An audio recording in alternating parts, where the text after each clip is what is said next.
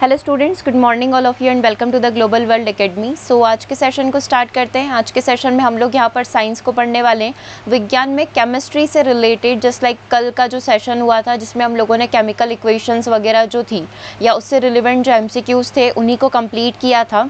तो आज फिर से हम लोग एक सेशन कर रहे हैं जिसमें से इसी तरीके से जो केमिस्ट्री से रिलेटेड क्वेश्चंस हैं उनको हम लोग यहाँ पर कंप्लीट करेंगे, है ना। तो आज हम लोग जो टारगेट रखेंगे, अम्ल क्षार से रिलेटेड जितने भी क्वेश्चन हैं, उनके पीएच वैल्यू से रिलेटेड जितने भी क्वेश्चंस बनते हैं वो सारे क्वेश्चन, साथ ही केमिकल इक्वेशंस वाले क्वेश्चन हम लोग आज के सेशन में कंप्लीट कर लेंगे।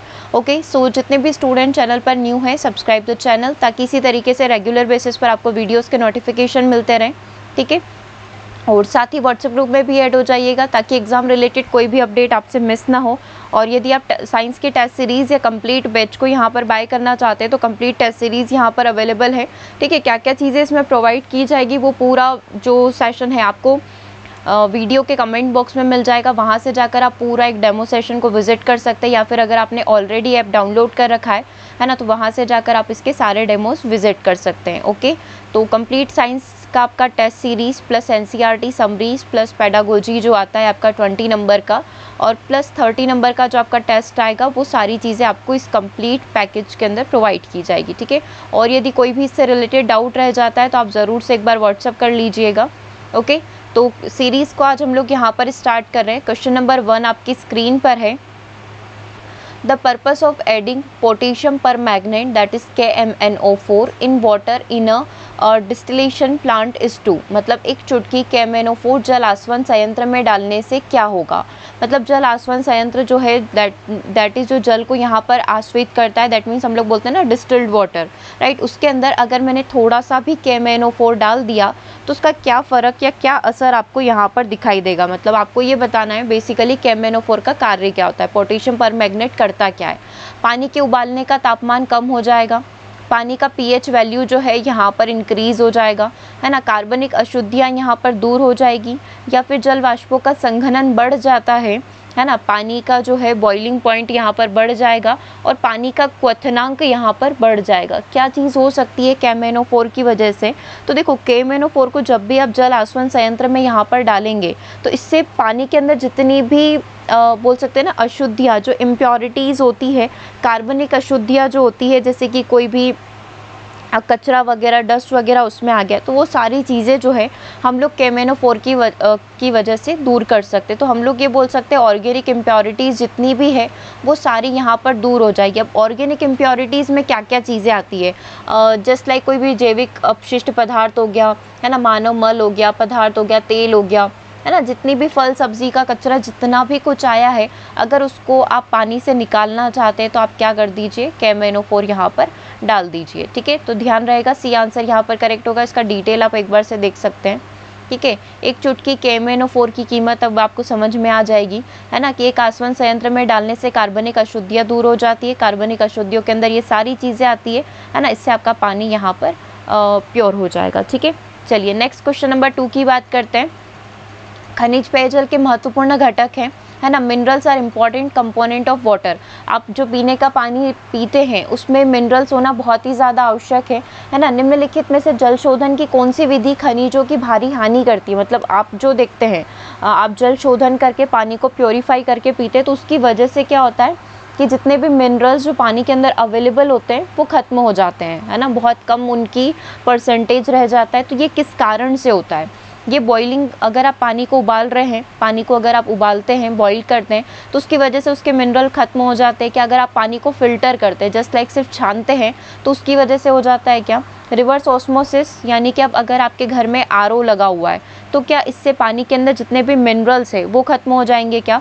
फिल्टरिंग एंड बॉइलिंग दोनों ही करने से पानी के अंदर जितने भी खनिज तत्व उपस्थित थे वो खत्म हो जाएंगे। तो क्या एक कारण हो सकता है, RO is the main factor.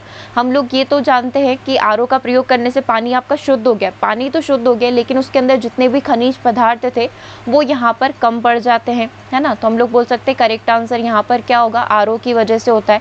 अब RO के बारे में हम लोग थोड़ी सी जानकारी देख लेते हैं। वैसे RO का फुल फॉर्म क्या होता है, रिवर्स ऑस्मोसिस की प्रोसेस, ठीक है।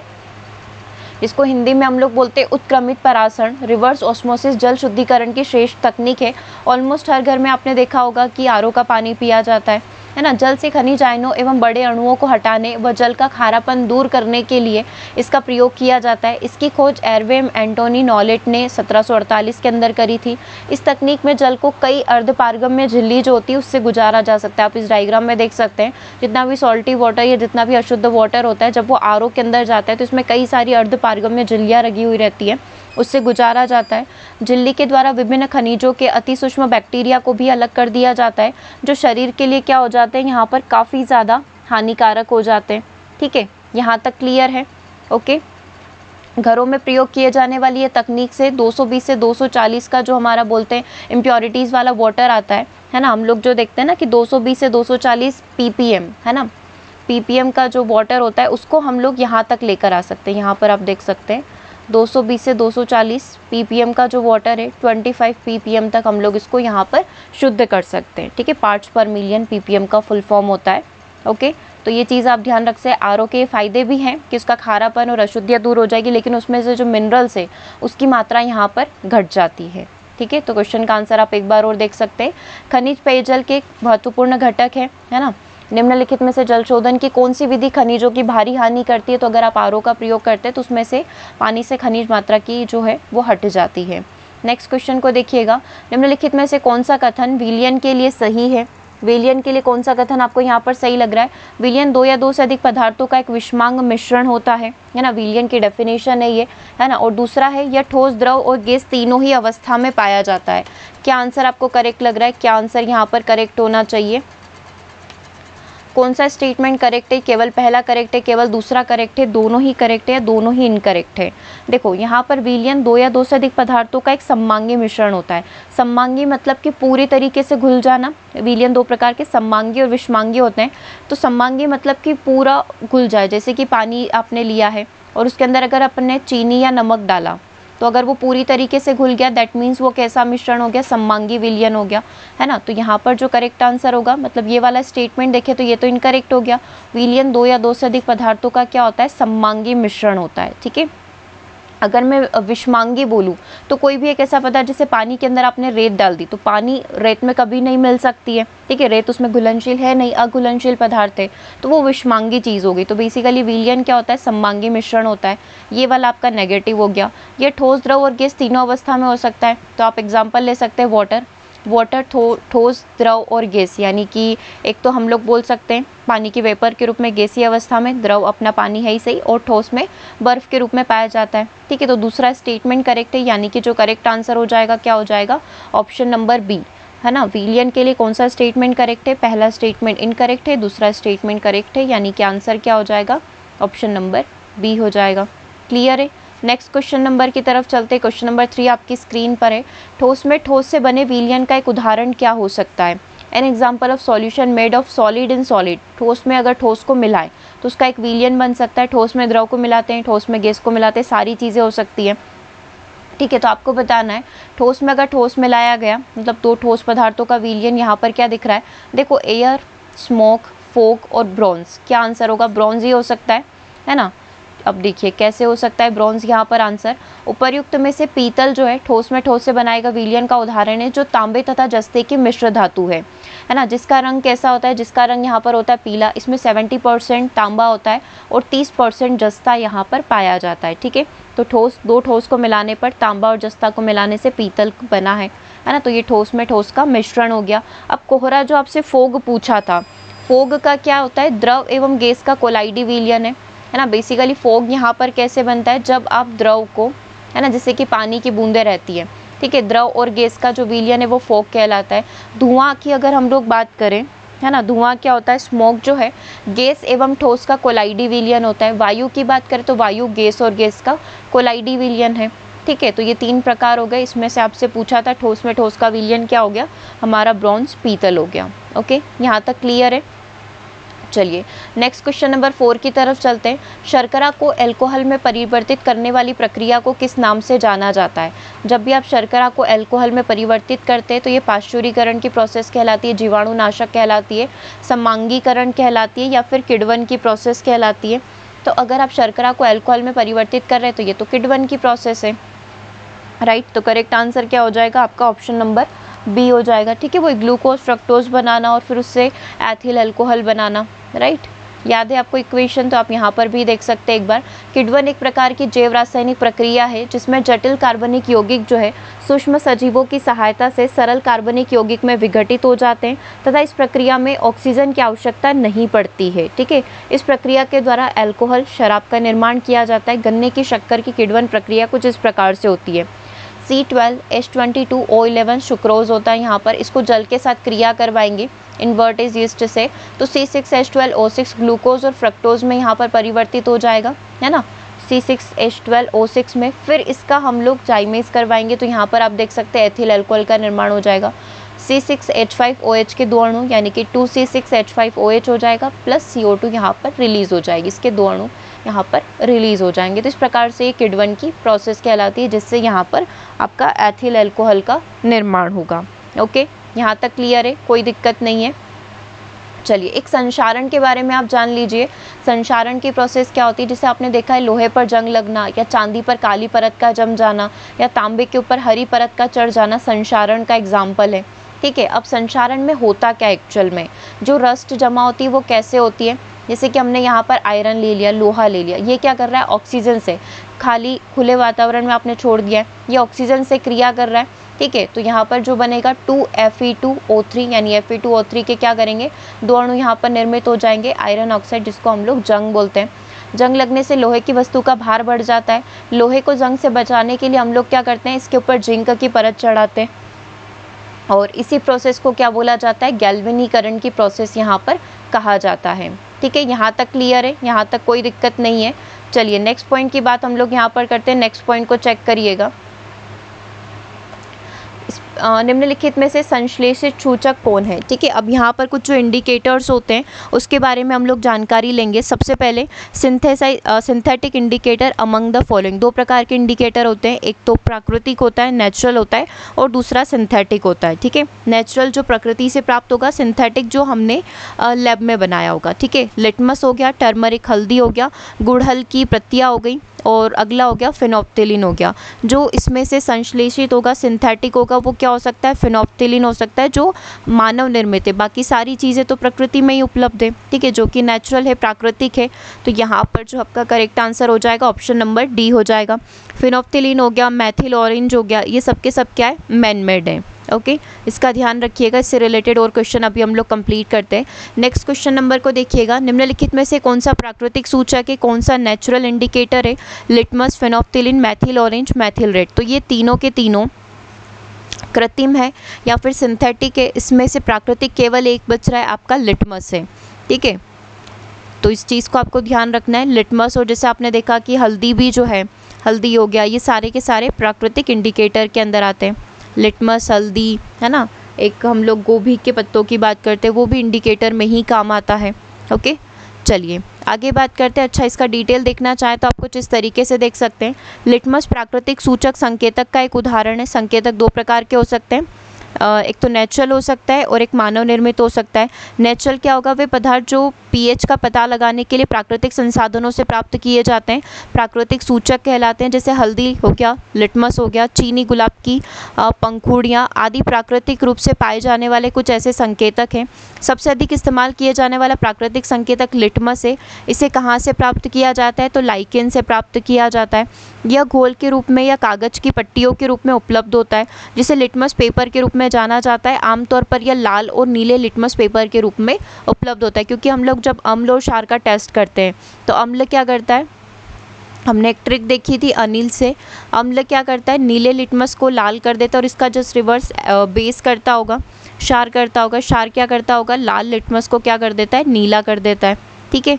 मानव निर्मित सूचक वे पदार्थ जो पीएच का पता लगाने के लिए मानव द्वारा निर्मित संसाधनों से प्राप्त किए जाते हैं, जस्ट लाइक फिनोप्थिलीन हो गया, मेथिल ऑरेंज हो गया, मेथिल रेड, ये सारे के सारे क्या है, मानव निर्मित है, ठीक है। तो अगर इससे कोई बेसिक क्वेश्चन बनता है तो इसी से बन जाएगा, निम्नलिखित में से कौन सा प्राकृतिक है और कौन सा मानव निर्मित है, ठीक है। अब थोड़े से एडवांस क्वेश्चन के ऊपर चलते हैं इसी चैप्टर से, और क्या क्वेश्चन आपसे पूछे जा सकते हैं।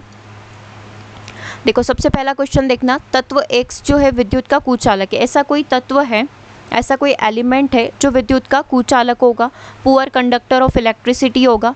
ऑक्सीजन में जलकर एक प्रकार की गैस को वो उत्पन्न करता है जो जल में घुलनशील है और यह विलयन में नीले लिटमस पत्र को लाल कर देती है। अब इस कंडीशन को आप पहचानिए कि ये कौन सी कंडीशन है। अभी जस्ट हम लोग इसके बारे में डिस्कस कर ही रहे थे, है ना। तो क्या कंडीशन यहाँ पर होनी चाहिए, देखो बोला क्या गया है, आप इसको कुछ ऐसे आइडेंटिफाई करिए, ऐसे समझने की कोशिश करिए। एक्स एक प्रकार का कोई भी एलिमेंट है जो विद्युत का कुचालक होगा। इसमें से विद्युत के कुचालक का अगर आप पहचान पा रहे हैं तो आप पहचान सकते हैं, है ना। या फिर वो ऑक्सीजन से अगर जलेगा तो एक प्रकार की गैस उत्पन्न करेगा और जल में घुलनशील भी होगा, और साथ ही विलयन जो है नीले लिटमस पत्र को क्या कर देता है, लाल कर देता है। तो ये अनिल वाला एग्जाम्पल याद आ गया। मतलब इन चारों में से एसिडिक कौन सा है, ठीक है, ये आपको यहाँ पर बताना होगा।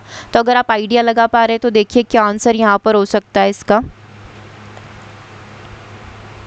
ठीक है। क्या होना चाहिए, सल्फर होना चाहिए, ठीक है। कोई दिक्कत तो नहीं ऑप्शन नंबर डी के अंदर, क्योंकि सल्फर जो है विद्युत का कुचालक होता है। ऑक्सीजन से जलकर जो है, जब इसको ऑक्सीजन से जलाया जाएगा तो ये किसको उत्पन्न करेगा, SO2 को उत्पन्न करेगा, जो कि जल में क्या होती है, आसानी से घुल जाती है।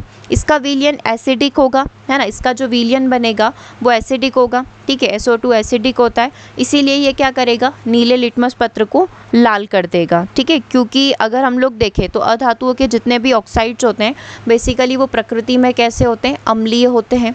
तो करेक्ट आंसर आपका यहाँ पर क्या हो जाएगा, ऑप्शन नंबर डी हो जाएगा। मतलब एक्स क्या हो जाएगा आपका, सल्फर हो जाएगा, ठीक है। इस चीज़ को ध्यान रखिएगा कि बेसिकली सल्फर क्या है, विद्युत का कुचालक है। ऑक्सीजन से जलकर, ये हर एक लाइन का आंसर है। एक्स विद्युत का कुचालक मतलब सल्फर हो सकता है। ऑक्सीजन से जलकर ये क्या करेगा, एक प्रकार की गैस उत्पन्न करेगा जो किसमें घुलनशील होगी, जल में। तो ये SO2 देगा विलयन में, जो कि जल में कम्प्लीटली घुलनशील है। जस्ट बिकॉज ये विलयन क्या होता है आपका, एसिडिक होता है, ठीक है। तो ये क्या करेगा, नीले लिटमस पत्र को यहाँ पर लाल कर देता है, ठीक है। तो एक्स किस प्रकार का तत्व है, एक्स एक प्रकार का यहाँ पर बोल सकते हैं कुचालक, विद्युत का कुचालक तत्व है। तो एक्स की वैल्यू क्या हो जाएगी, सल्फर हो जाएगी, ठीक है। चलिए नेक्स्ट क्वेश्चन को देखते हैं। नीचे दिए गए किस एक ऑक्साइड का जलीय विलयन नीले लिटमस विलयन को लाल कर देता है। तो अगेन वही कंडीशन है आपकी अनिल वाली, मतलब आपको एक एसिड बताना है।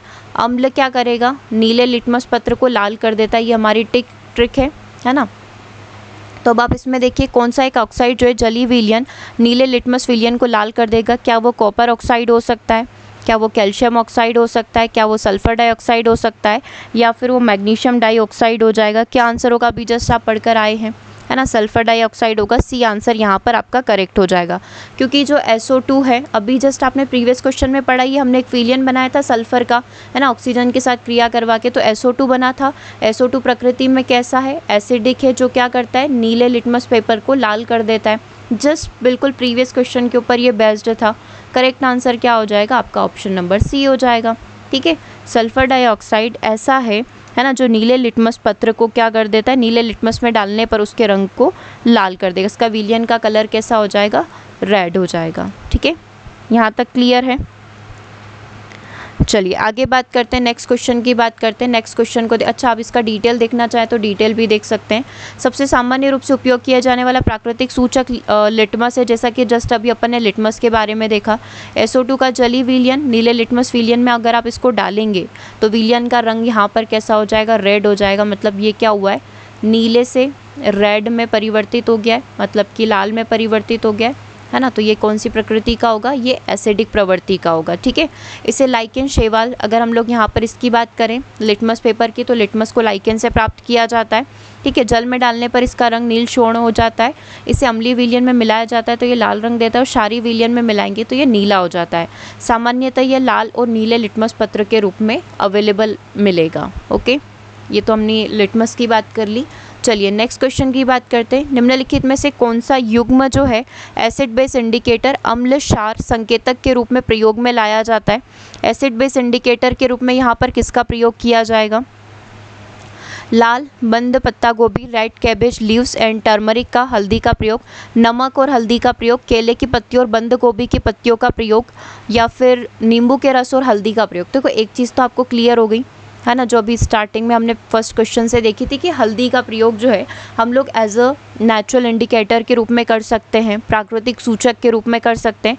और इन चारों में से 4 ऑप्शन में आपको लेमन दिख रहा है, बनाना दिख रहा है, सॉल्ट दिख रहा है और रेड कैबेज दिख रहा है। इन चारों में से एक चीज़ और क्या हो सकती है, रेड कैबेज हो सकती है। इसका भी प्रयोग आप एज अ नेचुरल इंडिकेटर जो है इसके रूप में अम्ल क्षार का पता लगाने के लिए कर सकते हैं। ठीक है, क्लियर है यहाँ तक? करेक्ट आंसर क्या हो जाएगा आपका? ऑप्शन नंबर 1 हो जाएगा, लाल बंद गोभी का पत्ता और हल्दी का प्रयोग।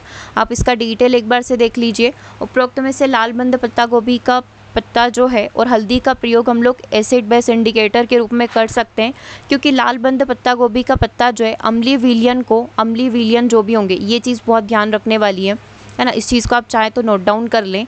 लाल बंद गोभी जो है इसका पत्ता अम्लीय विलयन को गहरा गुलाबी कर देता है ना। अगर आप ये एसिडिक होगा कोई भी तो क्या कर देगा, उसके कलर को गहरा गुलाबी कर देगा, और जो बेस होगा क्षारीय विलयन होगा उसको ग्रीन कर देगा। हल्दी की बात करें है ना, तो क्षार जो है हल्दी के धब्बों या जो घोल होता है उसको लाल भूरे रंग में बदल देता है, तथा हल्दी के घोल या धब्बों पर अम्लीय घोल मिलाने पर इसके रंग में कोई परिवर्तन यहाँ पर नहीं आएगा। ठीक है, इस चीज़ को आप ध्यान रखेंगे। चलिए आगे बढ़ते हैं, नेक्स्ट क्वेश्चन की बात हम लोग करते हैं। नेक्स्ट क्वेश्चन को अच्छा एक टॉपिक और क्लियर कर लेते हैं एसिड बेस के बारे में, उसके बाद हम लोग नेक्स्ट क्वेश्चन को स्टार्ट करेंगे। ठीक है, चलो अम्लों के प्रकार और सांद्र अम्ल, तनु अम्ल जो होते हैं, स्ट्रॉन्ग और वीक एसिड और बेस, इसके बारे में चर्चा कर लेते हैं, क्योंकि आगे के जो क्वेश्चन है आपके इसी पर बेस्ड हैं, है ना। तो अम्लों के प्रकार के बारे में 1 बाय 1 करके देखते हैं। अम्लों को बेसिकली है ना डिवाइड करें तो कार्बनिक अम्ल और अकार्बनिक अम्ल, दैट मीन्स कार्बनिक एसिड और इनऑर्गेनिक एसिड के रूप में आप डिवाइड कर सकते हैं। कार्बनिक अम्ल वे अम्ल जिनमें कार्बन पाया जाता है कार्बनिक अम्ल कहलाते हैं। जस्ट लाइक जो खट्टे फल होते हैं है ना, उनमें कार्बनिक एसिड होता है। अगर मैं इसको ऐसे बोलूँ, अकार्बनिक अम्ल क्या होते हैं, जिनमें कार्बन नहीं पाया जाता है, इनको खनिज अम्ल भी आप बोल सकते हैं, जस्ट लाइक HCl। ठीक है, अब इसकी एक कैटेगरी और होती है प्रबल अम्ल और दुर्बल अम्ल क्या होते हैं। स्ट्रॉन्ग एसिड कौन होते हैं, ऐसे अम्ल जो जल में पूरी तरीके से घुलकर H+ आयन प्रदान करते हैं, ऐसे अम्ल को प्रबल अम्ल कहा जाता है, और ये विद्युत के बहुत अधिक चालक होते हैं, स्ट्रॉन्ग कंडक्टर आप इसको बोल सकते हैं। और अम्ल जो है तीव्र प्रतिक्रिया यहाँ पर देते हैं, जस्ट लाइक HCl आप बोल सकते हैं, हाइड्रोक्लोरिक एसिड, H2SO4 आप बोल सकते हैं, HNO3, ये तीनों के तीनों कौन है, प्रबल अम्ल है। अगर मैं दुर्बल अम्ल की बात करूं, ऐसे अम्ल जो जल में पूरी तरीके से नहीं घुल पाते या बहुत कम हाइड्रोजन आयन देते हैं, दुर्बल अम्ल कहलाते हैं। ये विद्युत के कम चालक होते हैं और इनकी अभिक्रिया दर भी काफ़ी ज़्यादा धीमी होती है, जस्ट लाइक Ag2CO3, है ना। ये काफ़ी ज़्यादा दुर्बल कहलाते हैं, इसीलिए इनको दुर्बल अम्ल हम लोग यहाँ पर बोलते हैं, क्योंकि ये जल में पूरी तरीके से नहीं घुल पाते हैं। ओके, अगर आप इसको ऐसे देखें तो ऐसे भी देख सकते हैं। सांद्र अम्ल क्या होते हैं, अम्ल तथा जल का एक ऐसा विलयन जिसमें अम्ल की मात्रा बहुत अधिक होती है, मतलब उसमें एसिड बहुत ज़्यादा होगा। यस, इसको आप ऐसे देख सकते हैं, जिसमें एसिड की मात्रा जो है बहुत ज़्यादा होगी और पानी की मात्रा जो है बहुत ही कम होगी, उसको सांद्र अम्ल यहाँ पर कहा जाएगा। मतलब ये काफ़ी स्ट्रॉन्ग होगा, आप इसको ऐसे बोल सकते हैं, क्योंकि इसमें एसिड बहुत ज़्यादा मात्रा में और पानी बहुत कम मात्रा में। ठीक है, आप नॉर्मली भी ऐसे ही देखते हैं, है ना, मतलब ये एसिड बहुत तेज एसिड है, ऐसे हम लोग बोलते हैं ना। अब तनु अम्ल क्या होता है, अम्ल तथा जल का ऐसा विलयन जिसमें एसिड की मात्रा जो है बहुत कम होती है। अभी इस पर एक बहुत ही कॉम्प्लिकेटेड क्वेश्चन आने वाला है, इसलिए हर एक चीज़ आपकी बिल्कुल क्लियर होनी चाहिए, इसलिए हम लोग इतना थ्योरी पढ़ रहे हैं। एसिड बहुत ज़्यादा बहुत कम होता है ना, जिसकी मात्रा एसिड की मात्रा बहुत कम होगी, और हम लोग बोल सकते हैं कि इसमें पानी की मात्रा ज़्यादा हो सकती है। ठीक है, तो ये क्या कहलाएगा, तनु अम्ल कहलाता है। कोई भी अम्ल सांद्र तथा तनु दोनों रूप में हो सकता है, जैसे कि आप एग्जाम्पल ले लें हाइड्रोक्लोरिक एसिड का, HCl का। जब HCl को जल में घोला जाता है तब जल की मात्रा कम हो जाती है ना। अगर जल की मात्रा कम है और एसिड की मात्रा ज़्यादा है तो हम लोग ये बोल सकते हैं ये सांद्र है, स्ट्रॉन्ग है। लेकिन जब जल की मात्रा हमने जल की मात्रा बढ़ा दी और एसिड की मात्रा कम कर दी, तो क्या हम लोग ये बोल सकते हैं ये तनु हो गया है।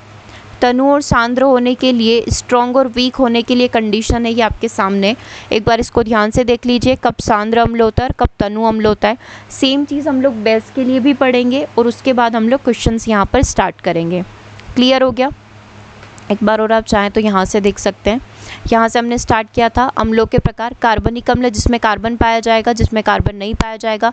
प्रबल अम्ल जो जल में पूरी तरीके से घुलकर H+ आयन दे देते हैं। प्रबल अम्ल कहलाते हैं। दुर्बल अम्ल जो जल में नहीं घुल पाते तथा हाइड्रोजन कम हाइड्रोजन आयन देते हैं, दुर्बल अम्ल कहलाते हैं।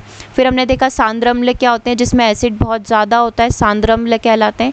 तनु अम्ल जिसमें एसिड बहुत कम, इसकी मात्रा बहुत कम होती है, तनु अम्ल कहलाता है। कोई भी अम्ल सांद्र और तनु दोनों हो सकता है, डिपेंड करता है कितनी मात्रा में मिला हुआ है।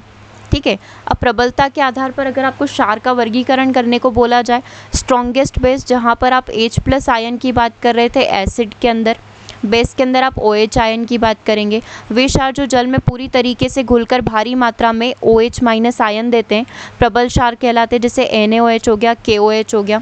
अब दुर्बल क्षार क्या होते हैं, वे क्षार जो पूरी तरीके से जल में नहीं घुल पाते हैं और बहुत कम मात्रा में OH आयन देते हैं। जस्ट लाइक अम्ल का आपने पढ़ा है ना, वही वाली चीज़ है। और OH आयन बहुत कम मात्रा में देते हैं, दुर्बल क्षार कहलाते हैं। जैसे मैग्नीशियम हाइड्रोक्साइड, क्षार तो है लेकिन ये दुर्बल है। मैग्नीशियम हाइड्रोक्साइड हो गया, अमोनियम हाइड्रोक्साइड हो गया। ठीक है, चलिए अब आगे देखते हैं क्षारों के क्या क्या रासायनिक नाम है। जैसे सोडियम हाइड्रोक्साइड अपने आप में एक क्षारीय प्रकृति का हो गया, एक क्वेश्चन में आपने किया भी है। ठीक है, तो इसका रासायनिक नाम क्या हो गया, NaOH हो गया। Potassium hydroxide KOH, sodium bicarbonate NaHCO3, sodium carbonate Na2CO3। Barium hydroxide का जो केमिकल नेम है BaOH ट्वाइस H2O। ये सारे के सारे क्या हैं, क्षार हैं, जिनके केमिकल नेम आपने यहाँ पर देखे, sodium hydroxide, potassium, sodium bicarbonate, sodium carbonate और बेरियम हाइड्रोक्साइड। यहाँ तक क्लियर है। चलिए इस क्वेश्चन के लिए हमने सारी चीज़ों को क्लियर किया, एसिड और बेस को। अब क्वेश्चन आपके सामने, इसको आपको सॉल्व करना है। हमारे पास 3 परख नली है ना, 3 इस प्रकार से कोई परख नली आप मान लीजिए, तथा सभी में बराबर आयतन और सांद्रता वाले रंगहीन तरल पदार्थ है। कुछ लिक्विड इनमें या कुछ विलयन इनके अंदर डाल रखा है, कुछ पदार्थ ऐसा डाल रखा है। तीनों परख नली में एक एक बूंद जो है फिनोफ्थिलीन की डाली जाती है। आई थिंक इसके बारे में तो बताने की ज़रूरत नहीं है।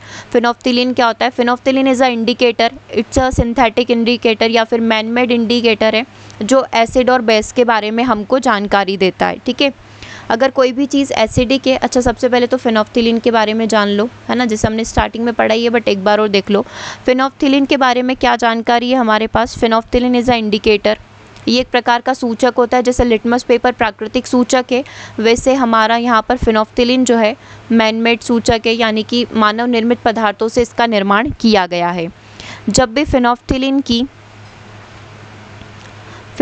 की मैं एसिड के साथ क्रिया करवाती हूँ, या फिर फिनोफ्थिलीन की बूंदें जब भी एसिड के अंदर जाती है, तो इसका रंग, एसिड का रंग क्या हो जाता है, कलरलेस, मतलब इसमें कोई कलर नहीं आएगा।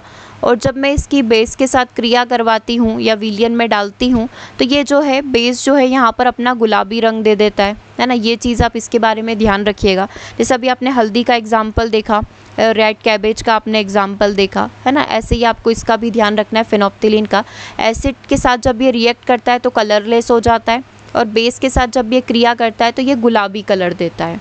ठीक है, चलिए अब क्वेश्चन को स्टार्ट करते हैं। ये चीज़ आपकी क्लियर हो गई। फिनोफ्थिलीन के लिए हमने क्या करा, 3 यहाँ पर बीकर लिए, समान मात्रा के हैं ये, समान आयतन समान सांद्रता वाले जो है, इसमें कुछ पदार्थ हमने डाल रखे हैं। ठीक है, ये हमने डाल दिए। अब हमने क्या करा, फिनोफ्थिलीन की एक एक बूंद जो है सबके अंदर डाली। यही लिखा हुआ था, एक एक बूंद फिनोफ्थिलीन की डाली जाती है। अवलोकन किया गया कि परख नली A तथा B जो है, परख नली A तथा B जो है रंगहीन हो चुकी है ना। परख नली A और B रंगहीन रहती है, जबकि परख नली C का रंग जो है गुलाबी यहाँ पर हो चुका है। ठीक है, गुलाबी आइस की तरह गुलाबी हो चुका है, गुलाबी आँखों की तरह। और जब परख नली C के इस गुलाबी घोल को, ठीक है, ये तो पता चल गया परख नली C जो है गुलाबी कलर की हो चुकी है, तो क्या मैं अपने हिसाब से अभी ऑप्शंस को ना देखूं तो क्या मैं अपना दिमाग लगाकर यहाँ पर ये लिख सकती हूँ, जब भी फिनोफ्थिलीन एसिड के साथ क्रिया करता है तो वो रंगहीन कलरलेस हो जाता है। मतलब A में एसिड हो सकता है, B में एसिड होगा, है ना, और C क्या होगा, बेस होगा। ये अभी मैंने अपनी बुद्धि से प्रयोग किया है इस चीज़ का, क्योंकि अभी आगे और भी कंडीशन है, तो जस्ट एक आइडिया लेने के लिए कि A एसिडिक होगा, B भी एसिडिक होगा और C आपका बेसिक हो जाएगा। ठीक है, अब वो सांद्र होगा कि तनु होगा, यहाँ से पता चलेगा, क्योंकि ऑप्शन तो मुझे सांद्र अम्ल, सांद्र क्षार, तनु अम्ल, सांद्र क्षार ऐसे करके दिख रहे हैं, है ना। तो अब आगे पढ़ते हैं। यहाँ कहाँ तक हो गया ये, है ना, यहाँ तक हमने कंप्लीट कर लिया है।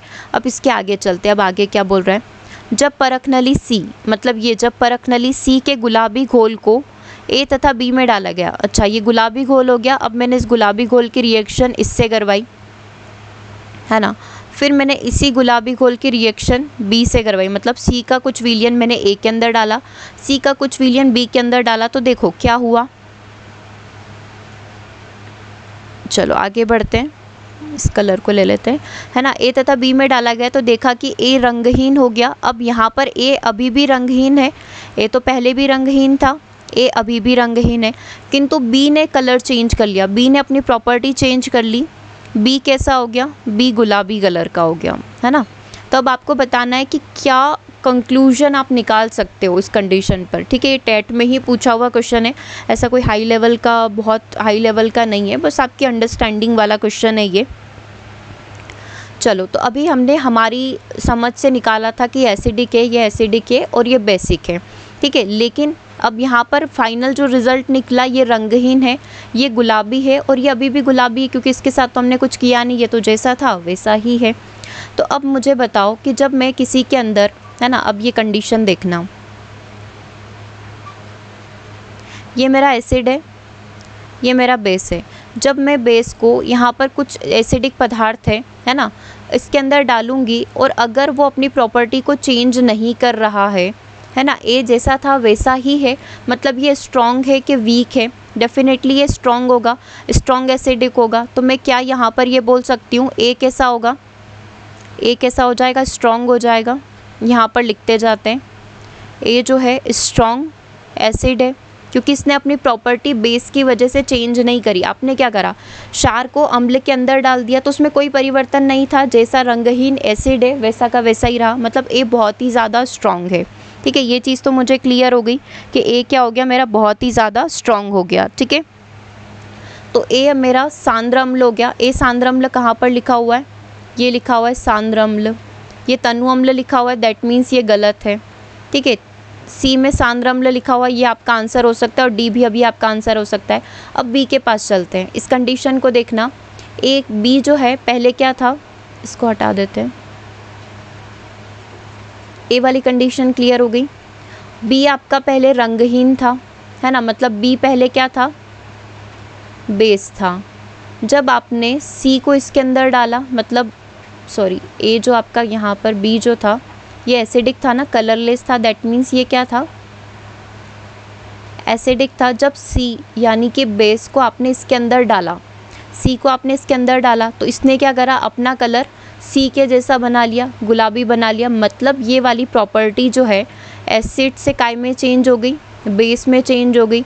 अब मतलब बी, बीकर के अंदर जो पदार्थ बना वो कैसा बन गया, बेस बन गया, ठीक है। दैट मीन्स मैं इसको बोल सकती हूँ कि जो बी की जो प्रॉपर्टी थी, बी के अंदर ऑलरेडी जो विलियन था वो कैसा था, वीक था, है ना। तो क्या मैं इसको वीक एसिड बोल सकती हूँ, क्योंकि ये कमज़ोर था, इसके अंदर जो भी पदार्थ आएगा वो उसको बदल देगा। मतलब बी और सी में से सबसे ज़्यादा स्ट्रॉन्ग कौन हो गया, सी स्ट्रॉन्ग हो गया।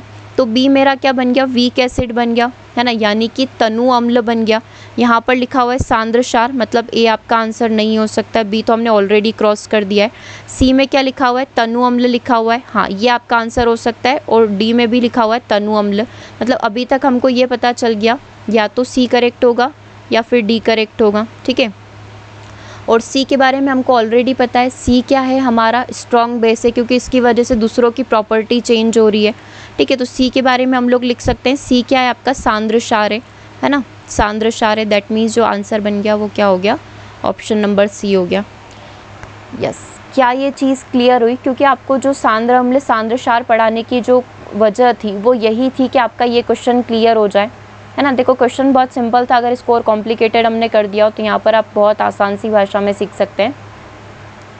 ए कलरलेस हुआ, मतलब ए एसिडिक है पहली कंडीशन में, बी भी एसिडिक है क्योंकि दोनों कलरलेस थे, और सी का गुलाबी रंग आया, दैट मीन्स ये बेस है। अब हम इस बेस की जो है ए के साथ रिएक्शन करवा रहे, कोई कलर नहीं आया, मतलब ए अभी भी एसिडिक है।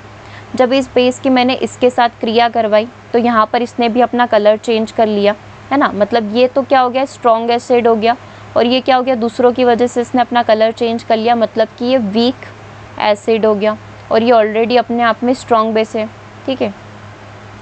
क्लियर है यहाँ तक, तो ये आपका आंसर हो जाएगा option number C. Strong acid, weak acid and strong base. Okay, clear है। चलिए आगे बढ़ते हैं, नेक्स्ट क्वेश्चन की बात करते हैं। नेक्स्ट क्वेश्चन आपकी स्क्रीन पर है। निम्नलिखित में से कौन सा न्यूनतम अभिक्रियाशील है? कल हमने इस टॉपिक के सारे क्वेश्चन कंप्लीट कर लिए है ना, आयरन, कॉपर, सिल्वर और गोल्ड। अगर जिसने भी कल वाला सेशन नहीं देखा है तो वो ज़रूर से अटेंड करिएगा, क्योंकि उस वक्त में हमने ग्रेटर देन, लेस देन करके सारे ही टॉपिक को डिस्कस कर लिया है। ठीक है, अभी जस्ट एक सिंपल सा क्वेश्चन है कि इन चारों में से सबसे कम अभिक्रियाशील कैसे होगा, क्योंकि जैसे जैसे हम लोग नीचे जाते जाते हैं उनकी अभिक्रियाशीलता कम होती जाती है, जैसे भी हम लोग आगे बढ़ते जाते हैं एटॉमिक नंबर की टर्म्स में। तो आप इसको देखिए, आयरन है, कॉपर आपका है, सिल्वर है और गोल्ड है। तो इसमें से सबसे कम अभिक्रियाशील कौन होना चाहिए? गोल्ड होना चाहिए। ठीक है, अगर नहीं देखा है वो सेशन तो आप यहाँ पर देख सकते हैं।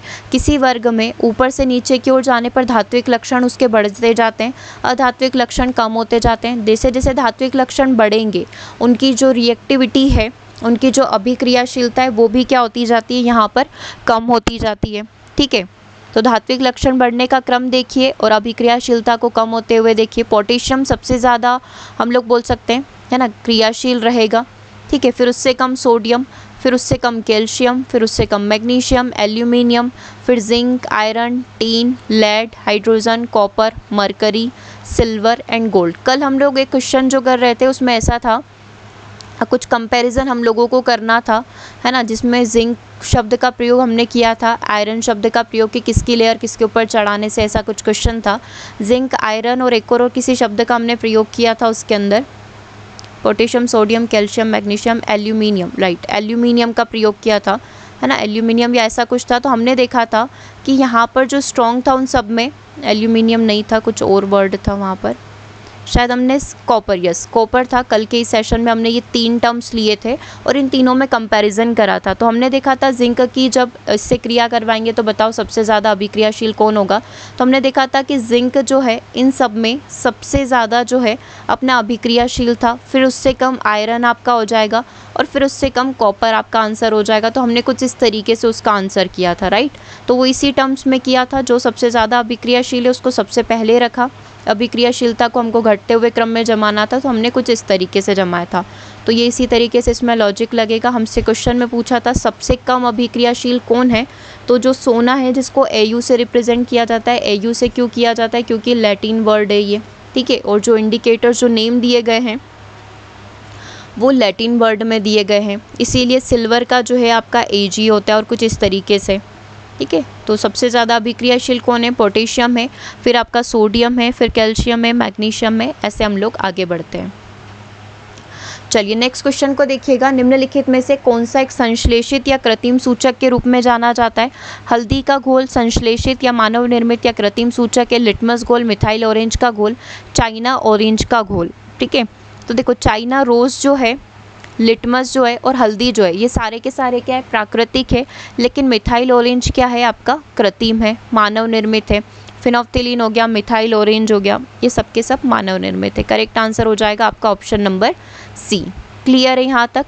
चलिए नेक्स्ट क्वेश्चन की तरफ बढ़ते हैं। बेसिकली किस में प्रयोग किया जाता है? इंडिकेटर के रूप में हम लोग इसका प्रयोग करते हैं। चलो क्वेश्चन को देखना। अदिति अपने मित्र को एक गुप्त संदेश भेजना चाहती है।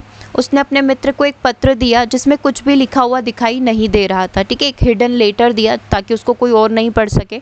उसने अपने मित्र को कहा कि वह कागज़ पर चुकंदर का रस मल दे, जिसके बाद गहरे लाल रंग से संदेश दिखने लगेगा। अदिति ने संदेश लिखने के लिए निम्नलिखित में से किस पदार्थ का प्रयोग किया होगा?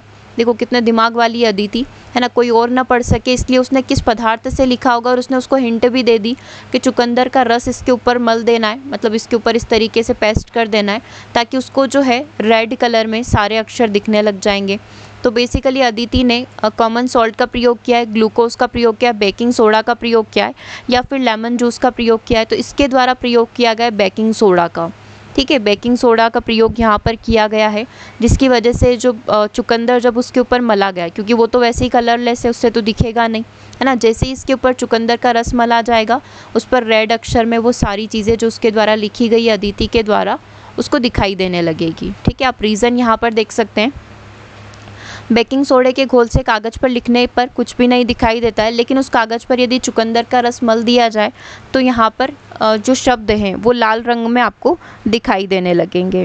ओके, अतः अदिति ने संदेश लिखने के लिए किसका प्रयोग किया है? बेकिंग सोडा के घोल का प्रयोग किया है। क्षारीय माध्यम में फिनोल्फ्थीलीन सूचक का रंग कैसा होता है? जब मैं बात करूं कि कोई भी पदार्थ जब बेस होता है तो फिनोल्फ्थीलीन किस प्रकार का रंग देगा? ठीक है, किस प्रकार का रंग देगा? वाइट देगा, येलो देगा, पिंक देगा या फिर हल्का हरा देगा। ठीक है, तो बेस में ये कैसा रंग देता है? गुलाबी रंग देता है। ठीक है, कि फिनोल्फ्थीलीन की प्रॉपर्टी हम लोग अभी तक 2 बार पढ़ चुके हैं आज के ही सेशन में। फिनोल्फ्थीलीन एसिड के साथ कैसा कलर देता है? फिनोल्फ्थीलीन एसिड के साथ जो है कोई कलर नहीं देता है, नो कलर हम लोग बोल सकते हैं, या फिर कलरलेस होता है। जैसे अभी वो 3 बीकर वाला आपने देखा, ABC वाला है ना। और बेस जो था C वाला जो बीकर था उसमें कैसा कलर आया था? गुलाबी कलर आया था। ठीक है, क्वेश्चन भाई ये कुछ क्वेश्चन बहुत टफ है और कुछ क्वेश्चन आपके सामने जैसा है बहुत ईजी है। ठीक है, क्षारीय माध्यम में फिनोल्फ्थीलीन कैसा कलर देता है? गुलाबी देता है। और अगर आपसे पूछता है एसिड में कैसा कलर देता है, तो कोई कलर नहीं देता है। ओके, चलिए आगे बात करते हैं नेक्स्ट क्वेश्चन की। जब किसी अम्ल को किसी क्षार में मिलाया जाता है तब क्या उत्पन्न होता है? मतलब जब किसी एसिड को किसी क्षार के साथ अगर मैं क्रिया करवा दूँ तो क्या होगा? मतलब अभी आप देखो कि एसिड और क्षार की क्रिया करवाने को बोल रहा है कोई मुझे, तो यहाँ पर क्या बनेगा? लवण बनेगा, जल बनेगा। लवण, जल तथा उष्मा तीनों बनेंगे या फिर लवण तथा जल होगा, क्योंकि जब एक स्ट्रॉन्ग एसिड की जब एक स्ट्रॉन्ग क्षार के साथ क्रिया करवाई जाती है, स्ट्रॉन्ग बेस के साथ क्रिया करवाई जाती है, तो वो उदासीन हो जाता है, उदासीन प्रवृत्ति का हो जाता है। उसमें सॉल्ट, वाटर एंड हीट यहाँ पर रिलीज होते हैं। दैट मीन्स जो आंसर होगा वो क्या हो जाएगा? ऑप्शन नंबर C हो जाएगा। इस चीज़ का ध्यान रखिएगा। ठीक है, C आंसर आपका करेक्ट है। चलिए इसकी डिटेल आप देख सकते हैं। जैसे कोई भी अम्ल और क्षार ले लो, जैसे HCl हमने ले लिया और क्षार से हमने NaOH को उठा लिया। ठीक है, तो यहाँ पर लवण मिल गया, NaCl बन गया, ये Na और Cl बन गया, और H2O जल रिलीज़ हो गया और हीट यहाँ पर रिलीज़ हो गई। ठीक है, तो जब किसी प्रबल अम्ल को प्रबल क्षार से अभिक्रिया करवाया जाता है तो लवण तथा जल प्राप्त होता है। अम्ल और क्षार की अभिक्रिया को उदासीनीकरण की प्रक्रिया यहाँ पर कहा जाता है, तथा इस अभिक्रिया के फलस्वरूप प्राप्त होने वाली ऊष्मा उदासीनीकरण की ऊष्मा कहलाती है। ओके, चलिए नेक्स्ट क्वेश्चन को देखिएगा। एक तत्व A पानी के साथ क्रिया करके एक घोल बनाता है। कोई भी एक तत्व है A नाम का, वो पानी के साथ क्रिया करके एक घोल बनाता है जो फिनोल्फ्थीलीन इंडिकेटर को गुलाबी कर देता है। ठीक है, तो वो A तत्व क्या हो सकता है? मतलब आपको एक चीज़ तो क्लियर हो गई होगी कि फिनोल्फ्थीलीन जो है, अगर किसी भी पदार्थ को, यानी कि ये जो A तत्व है, अगर A कोई भी हम लोग बोल सकते हैं एलिमेंट है, अगर वो इसको गुलाबी प्रवृत्ति का कर रहा है, दैट मीन्स वो क्या है? वो बेस है। वो क्या है? आपका क्षार है। तो इन चारों में से क्षारीय प्रवृत्ति किसकी होगी वो बता दो, तो वो आपका आंसर हो जाएगा। यस, क्या आंसर होना चाहिए आपका? कार्बन होना चाहिए, सिलिकॉन होना चाहिए, सल्फर होना चाहिए, या फिर सोडियम यहाँ पर आपका आंसर हो सकता है। यस, जल्दी से इसका आंसर करिएगा। आंसर यहाँ पर क्या होना चाहिए? सोडियम होगा। सोडियम के क्वेश्चन अभी अपन कर भी चुके हैं। डी आंसर आपका करेक्ट होगा, क्योंकि सोडियम यहाँ पर क्षारीय प्रकृति का होता है। आप डिटेल यहाँ पर देख सकते हैं। जब भी सोडियम की आप जल से क्रिया कराएंगे, NaOH क्षार प्रकृति का रिलीज हो जाएगा। जब फिनोल्फ्थीलीन को क्षारीय विलयन के साथ क्रिया करवाते हैं तो ये गुलाबी रंग देता है, और जब अम्लीय के साथ क्रिया करवाएंगे तो कलरलेस होता है। बेसिकली इंडिकेटर के रूप में आपका प्रयोग करा जाता है। तो A की वैल्यू आपकी क्या हो गई? A अपने आप में सोडियम है। ठीक है, तो ये आपको पता चल गया। समझ में आया था क्वेश्चन में क्या पूछा गया था आपसे? A तत्व की पानी के साथ क्रिया करवाते हैं तो फिनोल्फ्थीलीन इंडिकेटर गुलाबी कलर दे रहा है, मतलब इन चारों में से क्षारीय प्रवृत्ति का जो होगा वो सोडियम हो जाएगा। चलिए नेक्स्ट क्वेश्चन को देखिएगा। कुछ बूंदे NaOH के डालने पर एक परख नली जिसमें HCl है में आप क्या परिवर्तन देख सकते हैं? ठीक है, ये क्वेश्चन अभी करी ना हमने। ये एसिडिक है और ये बेस है। ठीक है, जब एक एसिड और बेस की क्रिया करवाई जाती है तो हमने देखा लवण प्लस पानी, है ना, प्लस ऊष्मा, 3 चीज़ें हमको प्राप्त होती है। उसका रंग बदल जाएगा, उसमें से तीक्ष्ण गंध आएगी, वो गर्म हो जाएगा, या कोई बुरा पदार्थ उसमें से निकलेगा। क्या आंसर यहाँ पर होना चाहिए? देखो, एक परख नली जिसमें HCl NaOH के साथ क्रिया करवाएंगे तो लवण और पानी तो ठीक है, हम लोग ये बोल सकते हैं ऊष्मा रिलीज होगी, और ऊष्मा रिलीज होने में क्या होगा? वो गर्म हो जाएगा। यानी कि आंसर क्या हो जाएगा? ऑप्शन नंबर C आपका यहाँ पर आंसर हो जाएगा। It become warm. वो जो परख नली है वो आपकी गर्म हो जाएगी। ठीक है, क्लियर है? इसी को क्या बोला जाता है? उदासीनीकरण की प्रक्रिया यहाँ पर बोला जाता है। नेक्स्ट क्वेश्चन को देखिएगा, सल्फर डाइऑक्साइड जल में वियोजित होने पर क्या बनाती है? जब भी आप सल्फर डाइऑक्साइड को जल के अंदर डालते हैं तो क्या बनेगा? सल्फर ट्राइऑक्साइड बन जाएगा, सल्फ्यूरस अम्ल बन जाएगा, सल्फ्यूरिक एसिड बन जाएगा, या फिर सल्फर ही प्राप्त होगी। क्या आंसर होना चाहिए? देखो आपके लिए थोड़ा सा आसान कर देते हैं। जब सल्फर डाइऑक्साइड को H2O के साथ, जल मतलब H2O के साथ क्रिया करवाएंगे तो हमारे साथ क्या होगा? H2SO3 ओके 3 मिल जाएंगे। तो ये सल्फर ट्राइऑक्साइड है, सल्फ्यूरस अम्ल है, सल्फ्यूरिक एसिड। अच्छा ये भी बताना है आपको कि इनमें से क्या है। सल्फ्यूरस अम्ल है, करेक्ट आंसर क्या हो जाएगा? Option number B, sulphur dioxide को जल में वियोजित करने पर सल्फ्यूरस एसिड आपको प्राप्त होगा। ठीक है, चलिए नेक्स्ट क्वेश्चन को देखिए। नेक्स्ट क्वेश्चन आपकी स्क्रीन पर है। चलिए नेक्स्ट क्वेश्चन का आंसर करना है। निम्नलिखित में से कौन सा घरेलू पदार्थ लाल लिटमस पेपर को नीला कर देता है ना? मतलब अनील वाली ट्रिक लगा ले तो कोई दिक्कत नहीं है ना? अनील क्या होता है? अम्ल जो है नीले लिटमस पेपर को लाल कर देता है।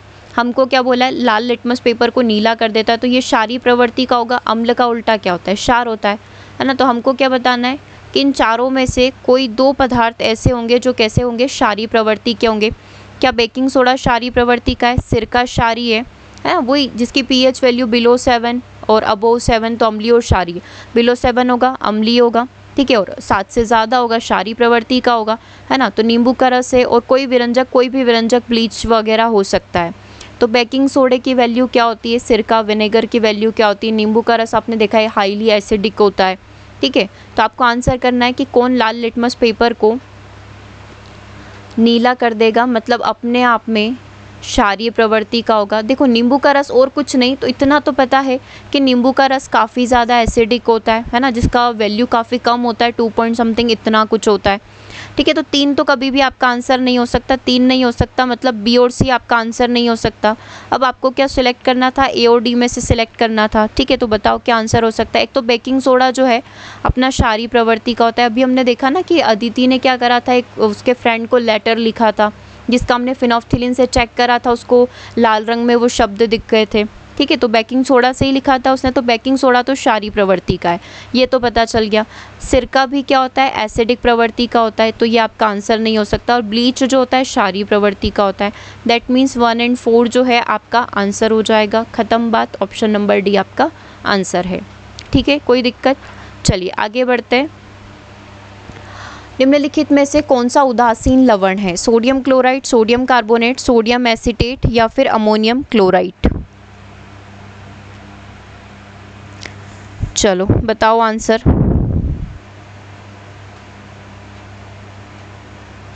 क्या आंसर होना चाहिए? उदासीन लवण इसमें से कौन सा होगा? जो अम्ल और क्षार दोनों से मिलकर बना होगा वो उदासीन होगा, सीधी सी बात है ना? उदासीन लवण बेसिकली क्या होता है? स्ट्रॉन्ग एसिड और स्ट्रॉन्ग बेस से बनते हैं। तो इसमें से आप क्या आंसर कर सकते हैं? सोडियम क्लोराइड, NaCl, इसी से मिलकर बना है, तो आपका आंसर क्या हो जाएगा? ऑप्शन नंबर 1 हो जाएगा। देख लीजिए क्यों हुआ है आंसर आपका। उदासीन लवण मजबूत अम्ल और मजबूत क्षार के उदासीनीकरण की अभिक्रिया से बनते हैं, क्योंकि इसके जलीय घोल जो है लिटमस के लिए उदासीन प्रवृत्ति के होते हैं। जस्ट लाइक सोडियम क्लोराइड हो गया, पोटेशियम क्लोराइड KCl हो गया, K2SO4 हो गया, NaNO3 हो गया, तो ये सब के सब क्या हैं? उदासीन प्रवृत्ति के हैं। ठीक है, और आपको ये पता ही है उदासीनीकरण की प्रोसेस क्या होती है। स्ट्रॉन्ग अम्ल और स्ट्रॉन्ग क्षार की जब एक साथ क्रिया करवाई जाती है ना, तो हमको ऊष्मा निर्मुक्त होने के साथ साथ हमको लवण और जल की भी प्राप्ति होती है। ठीक है, ये अभी हमने देखा ही है पहले के क्वेश्चन में। ओके, तो यहाँ पर जो आपका आंसर होगा क्या हो जाएगा? NaCl हो जाएगा, सोडियम क्लोराइड। चलिए आगे बात करते हैं, अमोनियम क्लोराइड का घोल क्या है ना? सबसे पहले तो हमें ये पता होना चाहिए अमोनियम क्लोराइड कौन सी प्रवृत्ति का है, अम्लीय है या क्षारीय है ना? क्योंकि अगर अम्लीय होगा तो आपको पता ही है नीले लिटमस पेपर को लाल कर देगा, और क्षारीय होगा तो रिवर्स कर देगा। ठीक है, अमोनियम क्लोराइड का घोल नीले लिटमस को लाल कर देता है, लाल को नीला कर देता है। लिटमस के घोल में कोई रंग परिवर्तित नहीं होता है और लिटमस के घोल को रंगहीन कर देता है। क्या आंसर यहाँ पर होना चाहिए? तो बेसिकली अमोनियम क्लोराइड जो होता है अम्लीय प्रवृत्ति का होता है, ये नीले लिटमस पेपर को क्या कर देता है? लाल रंग में यहाँ पर परिवर्तित कर देता है। दैट मीन्स जो आपका आंसर है वो ऑप्शन नंबर 1 है। एक बार इसको पूरा पढ़ लीजिए क्या लिखा हुआ है। NH4Cl का जो घोल है ना, ये अम्लीय प्रवृत्ति का होता है। सेकेंड, अमोनियम क्लोराइड एक प्रकार का अकार्बनिक पदार्थ है। इसका सामान्य सूत्र NH4Cl है। इसको नौसाधर भी कहा जाता है। ठीक है, अमोनियम क्लोराइड का घोल नीले लिटमस पेपर को लाल कर देता है। वही अनिल वाली टेक्निक लगा ली हमने, है ना। अम्ल नीले लिटमस पेपर को, अमोनियम क्लोराइड नीले लिटमस पेपर को लाल कर देता है। इसका जलीय विलयन अम्लीय प्रकृति का होता है, क्योंकि अम्ल नीले लिटमस पेपर को लाल कर देते हैं। सो NH4Cl नीले लिटमस पेपर को लाल में परिवर्तित कर देगा। ठीक है, नेक्स्ट क्वेश्चन को देखिएगा। निम्न में से किस लक्षण के लिए मिल्क ऑफ मैग्नीशिया लाभदायक है ना। मिल्क ऑफ मैग्नीशिया का प्रयोग किस जगह किया जाता है, किस कंडीशन में किया जाता है। जब सिर दर्द को भगाना है तो डॉक्टर आपको वाइट प्रकार का दूध जैसा दिखने वाला पदार्थ देते हैं या उसकी मेडिसिन देते हैं, तो आपका सर दर्द भगाने के लिए देते हैं। पेट में जलन होती है उसके लिए देते हैं, बुखार में देते हैं, या फिर एसिडिटी में देते हैं। जब किसी व्यक्ति को बहुत अधिक मात्रा में एसिडिटी हो जाती है तो उसको मिल्क ऑफ मैग्नीशिया दिया जाता है। तो बिल्कुल सही बात है, एसिडिटी को दूर करने के लिए हम लोग क्या करते हैं, मिल्क ऑफ मैग्नीशिया का यहाँ पर पदार्थ देते हैं या दवाई देते हैं। ठीक है, तो इस चीज़ को ध्यान रखिएगा। यहाँ पर जो करेक्ट आंसर है ऑप्शन नंबर डी है, क्योंकि वो क्षारीय प्रवृत्ति का होता है। ओके, निम्नलिखित में से कौन सा एक उदाहरण जो है दैनिक जीवन में उदासीनीकरण का नहीं है। ठीक है, सबसे पहले अम्लीयता के लिए मिल्क ऑफ मैग्नीशिया का प्रयोग करना, चींटी के काटने पर बेकिंग सोडा रगड़ना, मृदा के अनबूझे चूने द्वारा उपचार करना, है ना, और आयरन पर जिंक की परत का जमना। आपको क्या बोला है कि दैनिक जीवन में आपने उदासीनीकरण की प्रक्रिया का कौन सा एग्जाम्पल नहीं देखा है। ठीक है, अम्लीयता को दूर करने के लिए अभी आपने मिल्क ऑफ मैग्नीशिया का प्रयोग किया है। ठीक है, तो ये वाली चीज़ किस में आएगी। दूसरा, चींटी के काटने पर आप बेकिंग सोडा लगा रहे हैं, है ना, और मृदा के अनबूझे चूने, मृदा जो है उसका अनबूझे चूने के द्वारा आप उपचार कर रहे हैं, और आयरन पर जिंक की परत चढ़ाना। तो बेसिकली ये तो संक्षारण की प्रोसेस वाली चीज़ हो गई। तो करेक्ट आंसर भी क्या हो जाएगा आपका, ऑप्शन नंबर डी हो जाएगा। ठीक है, बाकी सारे आपके उदासीनीकरण के। देखो, आयरन पर जिंक की परत जमाना दैनिक जीवन में उदासीनीकरण की प्रक्रिया का उदाहरण नहीं है। किसी अम्ल और किसी क्षार के बीच में होने वाली प्रक्रिया उदासीनीकरण कहलाती है। इस प्रक्रिया में ऊष्मा के साथ साथ लवण और जल भी प्राप्त होता है। जब अम्लीयता के लिए आप मिल्क ऑफ मैग्नीशिया का प्रयोग कर रहे हैं, है ना, तो मतलब एसिड और बेस का रिएक्शन करवा रहे हैं, क्योंकि अम्लीयता शरीर में एसिडिटी बनी है, मतलब एसिड की मात्रा बढ़ गई और उसको कम करने के लिए आप बेस का प्रयोग कर रहे हैं। चींटी का जो होता है डंक होता है वो एसिडिक होता है, उसको कम करने के लिए आप बेकिंग सोडा का प्रयोग करें जो कि क्षारीय प्रवृत्ति का होता है।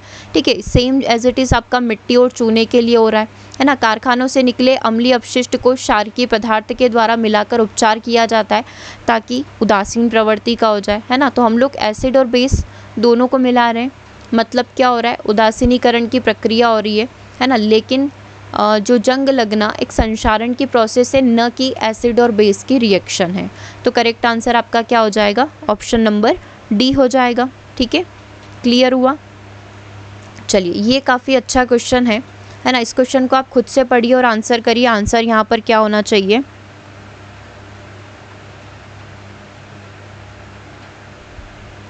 शौर्य जो है लंबी पैदल यात्रा पर गया। पैदल चलते समय यकायक उसका हाथ पहाड़ी के अनुदिश पार्श्व में उगी किसी झाड़ी से लग गया। मतलब शौर्य जो है एक यात्रा पर जा रहा था, पहाड़ी पर वो चढ़ा। ठीक है, तो पहाड़ी पर आपने देखा है काफ़ी सारी जंगली झाड़ियाँ वगैरह पाई जाती है। तो एक झाड़ी पर उसका हाथ जैसे ही लगा, उसको लगा कि उसको एक डंक लगा है। ठीक है, उसको लगा कि वो झाड़ी उसको चुभ चुकी है। उसके हाथ में अचानक से यकायक जो है खुजली होने लगी। तुरंत ही अनुदेशक महोदय जो उसके टीचर थे, उन्होंने पास के किसी एक पौधे से एक पत्ती ली और उस पत्ती को उसके हाथ पर रगड़ दिया। ठीक है, उसको पत्ती को मसला और फिर उसके रस को हाथ के प्रभावित क्षेत्र पर, जहाँ पर उसको ऐसा खुजली हो रहा था, वहाँ पर रगड़ा। उस डंक की तथा पत्ती के रस की रासायनिक प्रवृत्ति क्रमशः क्या हो सकती है। ठीक है, तो ये क्वेश्चन आपको समझ में आया हो तो इसका आंसर करिए। एक तो उसको डंक लगा, डंक लगने की वजह से खुजली हुई, और टीचर ने उसी समय क्या करा, पास में एक पत्ती थी दूसरे पौधे की, उन्होंने उस पत्ती को तोड़ा, उसका रस निकाला और उस जहाँ पर खुजली हो रही थी वहाँ पर लगा दिया। तो हो सकता है इससे शौर्य को शांति मिल गई हो, कोई खुजली नहीं चली होगी उसके बाद, है ना। तो बेसिकली यहाँ पर डंक और पत्ती जो थी वो क्या थी, तो डंक जो है यहाँ पर एसिडिक प्रवृत्ति का है, और जो पत्ती का प्रयोग है उस एसिड के प्रभाव को कम करने के लिए क्षारीय प्रवृत्ति जो पत्ती की है उसका प्रयोग किया गया। तो डंक अम्लीय प्रवृत्ति का है और जो आपका पत्ती का प्रयोग किया गया है वो आपका क्षारीय प्रवृत्ति का है। ठीक है, इस क्वेश्चन को ध्यान रखिएगा। ठीक है, ये आपका इसमें बुक में भी है और साथ ही ये सीटेट के एग्ज़ाम में भी पूछा हुआ है। ओके, तो अम्लीय, एसिडिक और बेसिक प्रवृत्ति इसको यहाँ पर माना जाएगा। क्लियर है, कोई दिक्कत तो नहीं है ना। चलिए नेक्स्ट क्वेश्चन को करिएगा। नेक्स्ट क्वेश्चन आपकी स्क्रीन पर है।